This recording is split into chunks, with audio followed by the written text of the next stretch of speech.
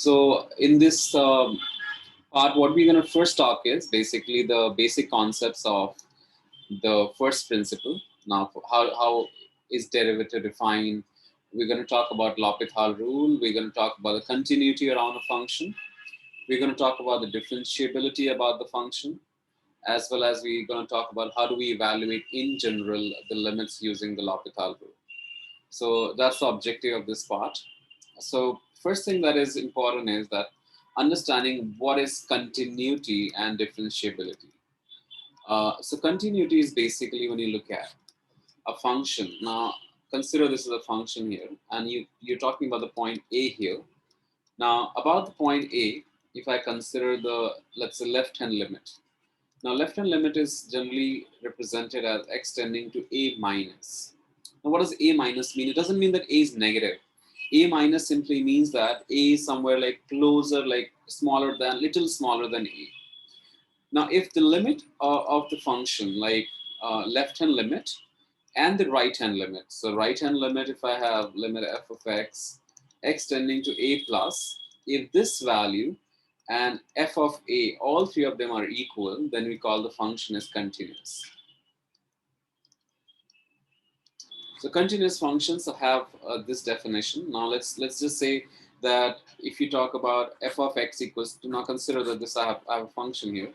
F of x is, let's say, x squared here, y equals to x squared. And if I talk about x is 2.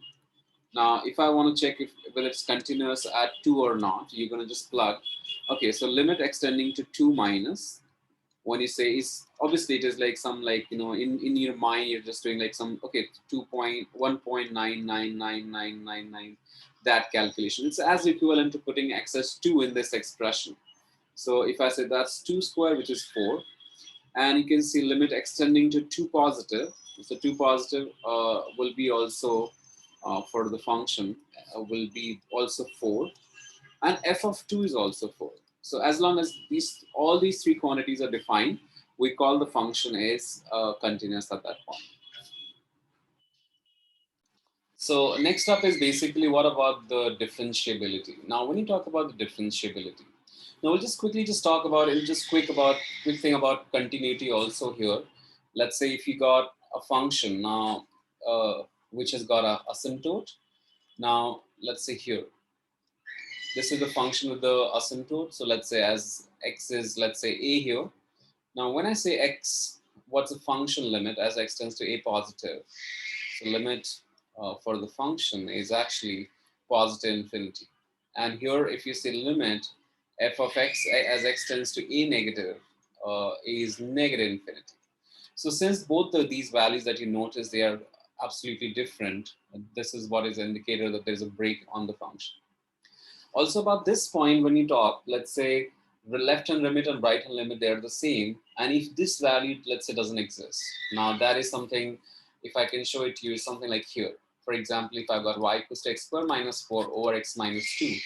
Now, actually, when you factor this out, what happens is you get x minus 2 and x plus 2. And this x minus 2 get cancelled. So what we get is x plus 2. Now, at this situation, what we have is, let's say, y equals to x plus 2. Now, if I take, let's say, the point here, now minus 2 if I plug, x as, let's say, 2 if I plug here. Now, when I plug x as 2 here in this expression, it seems, okay, the value is 4. Now, but if I plug x as 2 here, what are you getting is like 4 minus 4 over 2 minus 2, which is 0 over 0. Now, what is logically it means is that at this point, there is actually a hole. Now, when you approach from left-hand limit and right-hand limit, they approach to y equals to 4. Okay, but the thing is that when you talk about this point, but exactly at this point, there is a hole. So this is also one of the kind of discontinuity, where if you have a common factor in numerator and denominator. So that's what is basically the discontinuity here. Now, such kind of discontinuities definitely, like, you know, you will notice that when your factors are getting cancelled, and that's where you will notice that there's a hole. Now, in hole means that up till close vicinity, the y values exist, but exactly at that point, it doesn't exist. So if these three criteria are not getting fulfilled, the function is not continuous.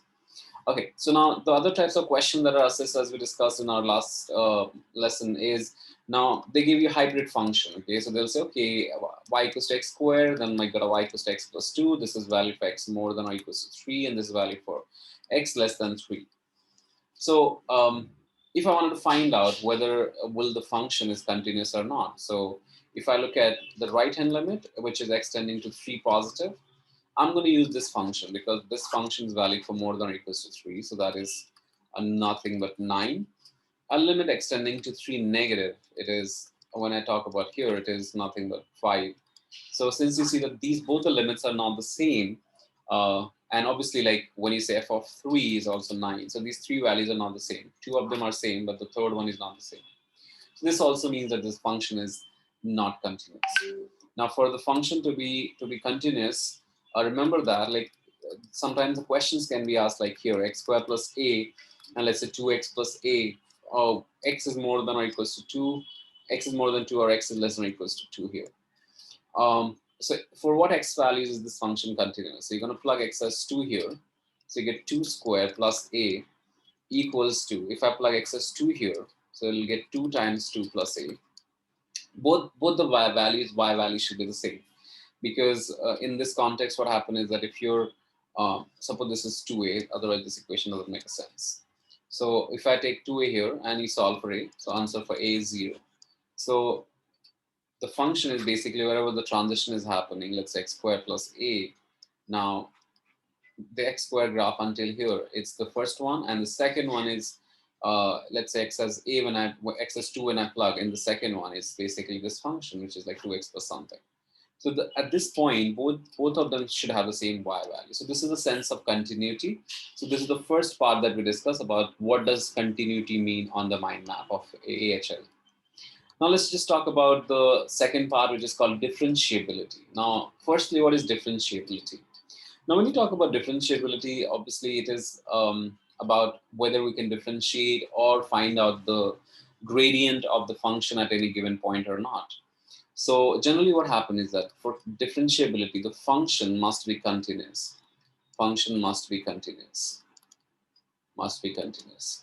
So now what does it mean is that if I have a function, let's say here, with the infinite domain, x is, let's say, going to positive infinity, and x going to negative infinity, both the sides you can see the curve is actually smooth curve.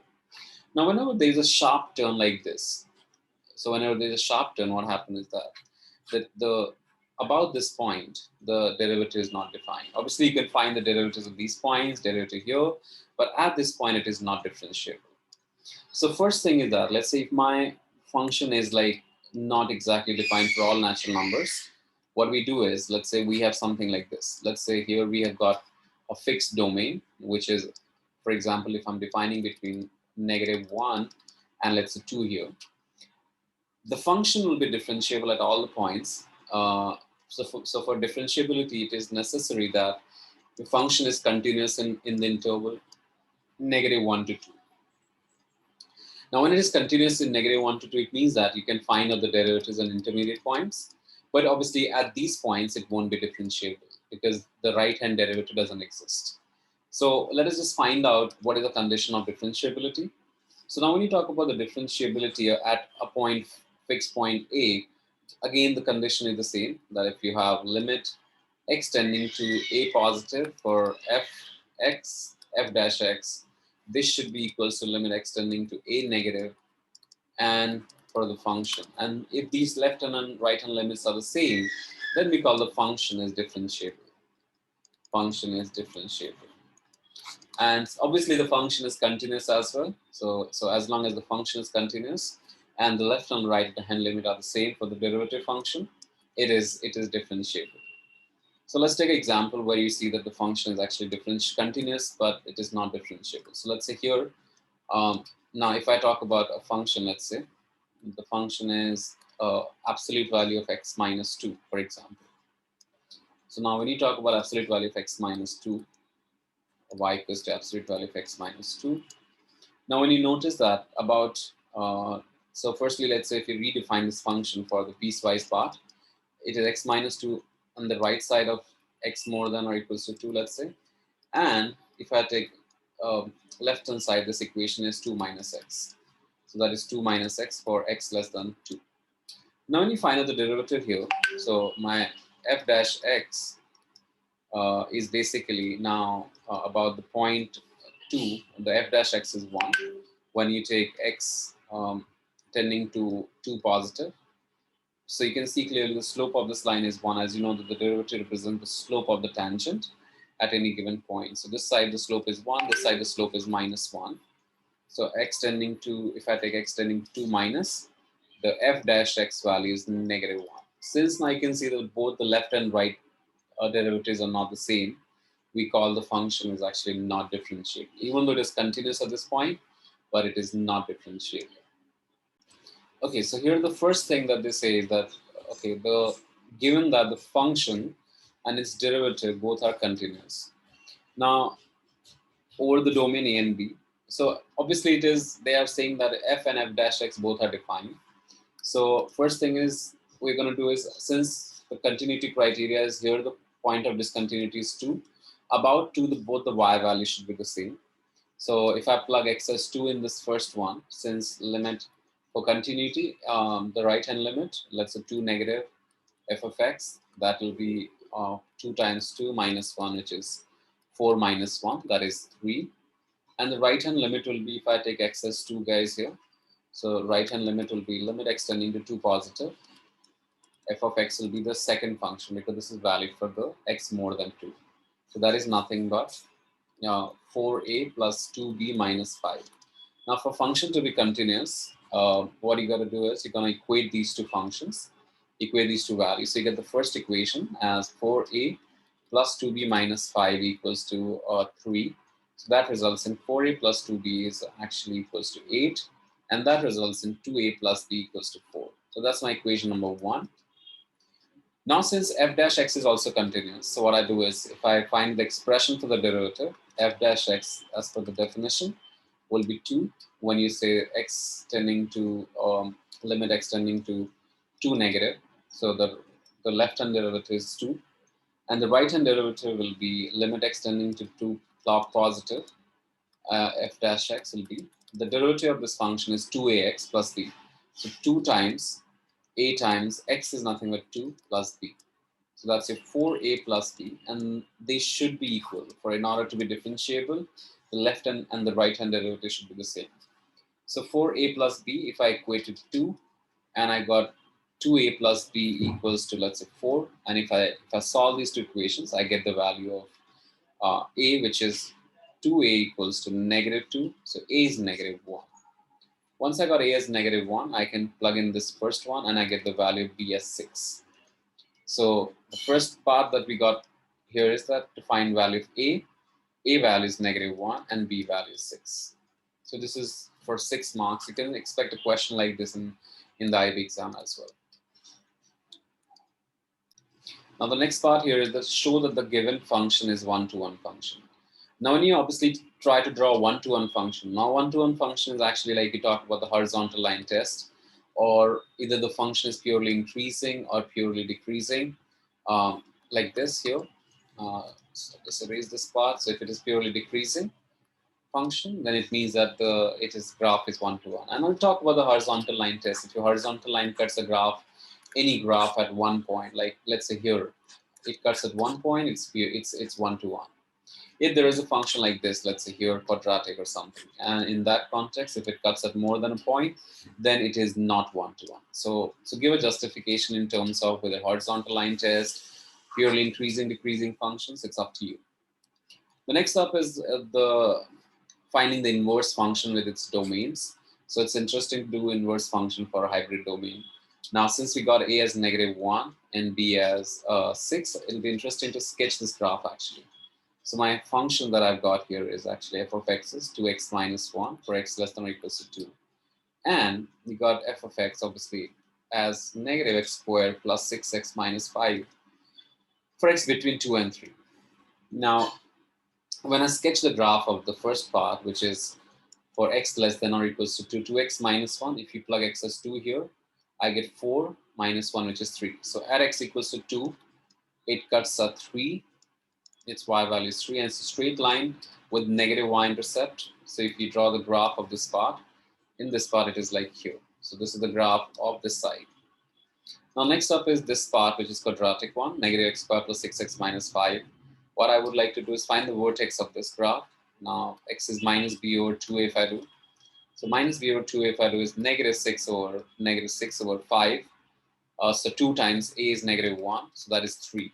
Also, you can see the graph is sketched till 3. So a 3 your y value is, you've got to find out. So if I do negative 3 squared plus 6 times 3 minus 5, so negative 9 plus 18 minus 5. So 18 minus 9 is 9, 9 minus 5 is 4. So this value which you sketch here up till 3 is actually 4. And it's a concave down curve because you can see the coefficient x squared is negative. So this is the part of the graph that they have taken. And since you can see that this graph does pass the horizontal line test, hence it is 1-to-1 function. And now to find its inverse, you got to make sure that you find inverse of each of them individually. So take y equals to 2x minus 1. Find the inverse of this function. So to find inverse, you interchange x with y. And if you interchange x with y, what you get is that, okay, so x is 2y minus 1. And y is nothing but x plus 1 over 2. And for this, its domain is going to be x less than or equals to 3, x less than 3 or equals to 3, because the range of the original function becomes the domain and so on.